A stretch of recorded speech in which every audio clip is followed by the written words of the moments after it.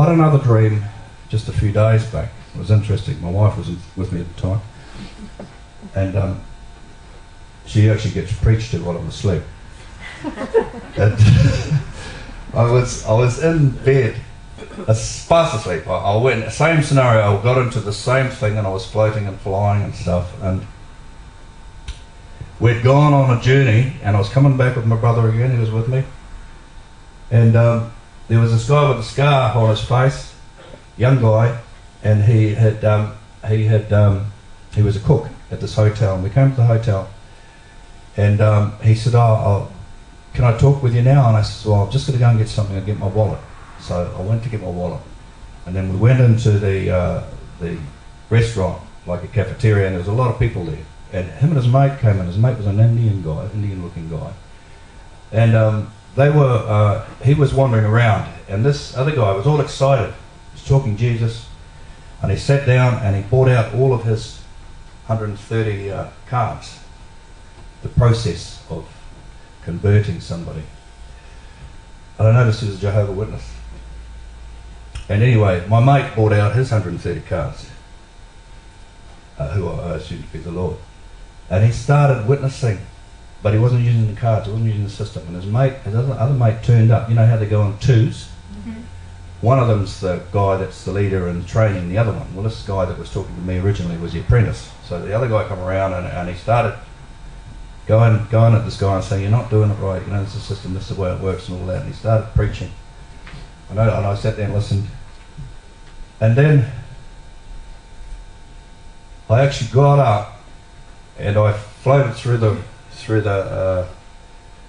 wall and out and through the wall again. And this guy started to get scared.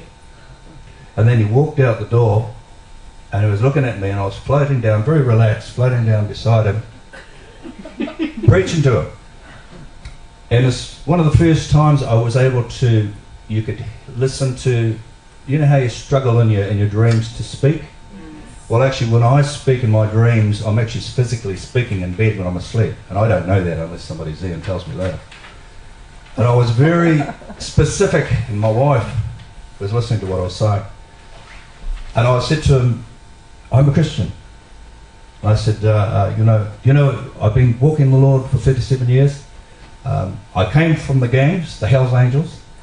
And do you know the scripture?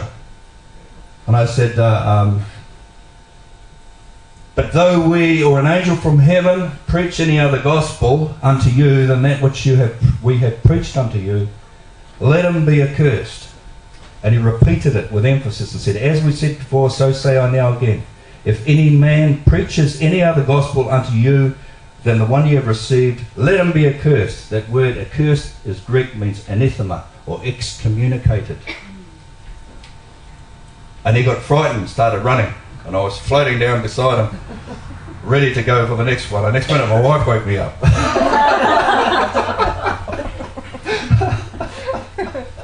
She said, "You're just as pompous in your dreams as you are when you're not."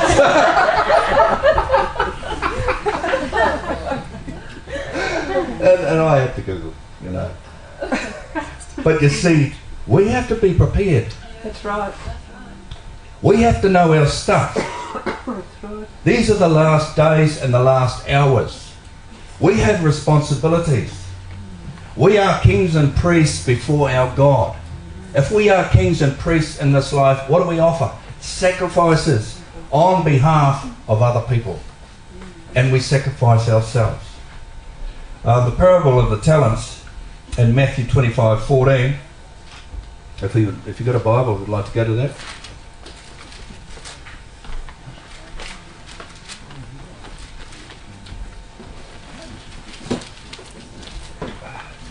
So what it was alluding to in that second dream was, hey, you got to preach it as it is. You can't change it, you can't water it down, you can't add to it. You have a responsibility to preach it and say it as it is. You can't change it for the times, you can't change it for the generations. I read a lot of Spurgeon. I don't know if you know Spurgeon, but he's way back in the old 1800 and something. Even back then it was the same scenario. He said, what has happened, people have watered it down and they don't say things, even though they believe things, they don't say things in order not to make people uncomfortable. But at the end of the day, it says, let them be accursed, excommunicated. We have to say it as it is. In the parables of the talents, 25:14, Matthew 25:14.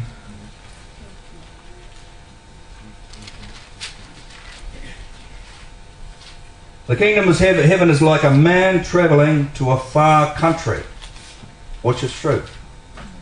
We're travelling to a far country. We're not at home here. We're heading to a far country, and that far country is heaven. It's a heavenly place. We're not at home. We're pilgrims.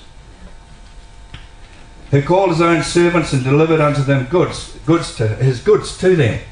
Now, look at this. They were his servants, so he knew them. He knows his servants. And in a way, we're looking like the Lord. Going off, he went off and he passed on to us some stuff. His servants, his disciples, his apostles. And to one he gave 5 talents. It's interesting that he started off with 5 to the one. To another he gave 2 and another 1. To each according to his own ability. So each according to his own ability. Now that word ability